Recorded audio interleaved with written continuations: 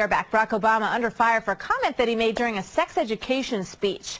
The Illinois senator saying that he wants his daughters to be educated about sex so that they're not, quote, punished with a baby. He was speaking about parents' responsibility to talk to their kids about sex. Look, I've got two daughters, 9 years old and 6 years old. I'm going to teach them, first of all, about values and morals. But if they make a mistake, I don't want them punished with a baby. I don't want them punished with an STD at the age of 16. You know, so it doesn't make sense to not give them information. All right, well, that comment rubbed some people the wrong way, and an Obama spokesman explained what Senator Obama said and what he believes is clear. Children are miracles, but we have a problem when so many children are having children. Senator Obama believes that we can all agree that we should be taking steps to reduce the number of teen pregnancies and abortions in this country. That was a quote from one of Barack Obama's spokespeople. Let's see what our A-list has to say about this one. Jason Rowe is a Republican strategist. He heard it was all women on the panel. He decided to stay in D.C. today. Hi, Jason. And we've got Kelly Goff here. She's a political analyst. Kelly Goff is also the author of the book Party Crashing.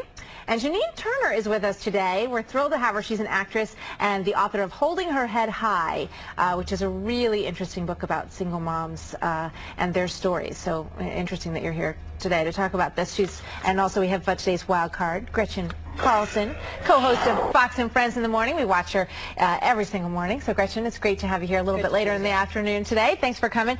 So Janine, I'm curious about your thoughts about this. You know, it's a wide topic, of course, single motherhood. But how does it strike you, given all the research that you did in your book, what Barack Obama had to say?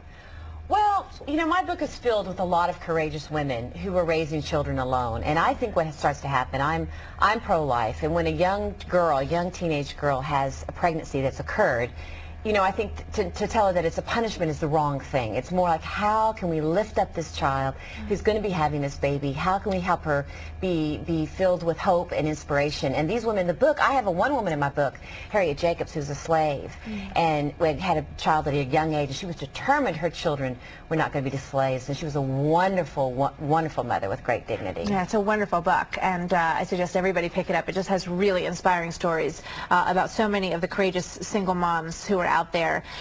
Gretchen, I'm curious what you think about this politically, and I want to get your thoughts on this as well, Kelly. Does this help him or hurt him with the people who are inclined to vote for Barack Obama? I don't think it hurts the people who are, I don't think it hurts Barack Obama at all, as far as the people who are going to vote for him anyway. I think this is an off-the-cuff remark.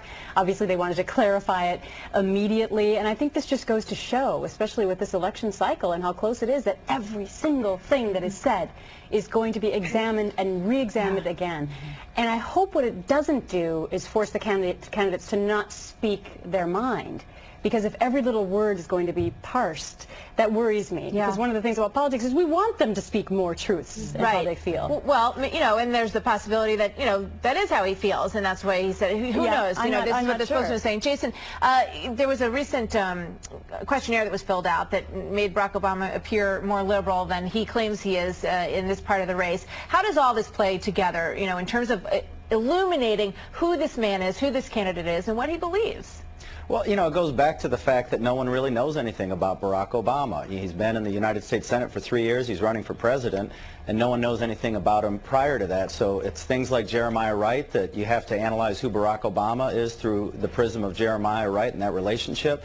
And it's a series of misstatements that force him to kind of have to explain who he really is. And maybe we'll find out who he is through these kinds of misstatements. Kelly? Well, I actually agree with pretty much everything our panel said so far. But what I will say really quickly is that, you know, I think that this really came from an important place, and I'm glad that this sparked this conversation, because AIDS is the leading cause of death for African-American women my age. Half of black girls ages 14 to 19 do have an STD in this country, according to the Centers for Disease Control. So I think it was really important that he really brought this conversation to the fore, because I think a lot of people don't know some of those numbers. And 1 in 4 girls ages 14 to 19 of all races have an STD. So it's an important conversation that we needed to have. Indeed. All right. It sure is. Kelly, thank you. We're going to be right back up.